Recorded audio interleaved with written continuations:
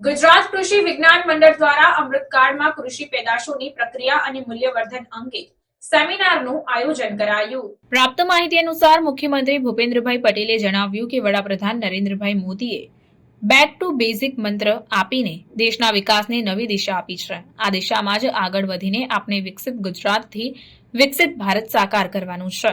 મુખ્યમંત્રી ભૂપેન્દ્ર પટેલ શાંતિપુરા અમદાવાદ ખાતે ગુજરાત કૃષિ વિજ્ઞાન મંડળ દ્વારા આયોજિત અમૃતકાળમાં કૃષિ પેદાશોની પ્રક્રિયા અને મૂલ્યવર્ધન અંગે સેમિનારમાં અધ્યક્ષ સ્થાનેથી સંબોધન કરી રહ્યા હતા। મુખ્યમંત્રીએ જણાવ્યું કે હાલના સમયમાં જમીનના સ્વાસ્થ્ય અને તેના પોષક તત્વો પર રાસાયણિક ખાતરો અને જંતુનાશક દવાઓ દ્વારા થતી વિપરીત અસરોના પરિણામે જમીન તેના કુદરતી પોષક તત્વો ગુમાવી રહી છે। આ સમસ્યાના સમાધાન અંગે તેમણે કહ્યું કે ભાવિ પેઢીને પોષણયુક્ત આહાર આપવા માટે સારી ગુણવત્તાવાળો પાક પેદા કરી શકે તેવી પોષક તત્વોથી ભરપૂર જમીન ખૂબ જરૂરી છે। તેમણે જમીનના પોષણને સુધારવાના ઉપાય તરીકે ગાય આધારિત પ્રાકૃતિક ખેતીને ઉત્તમ સમાધાન ગણાવ્યું હતું।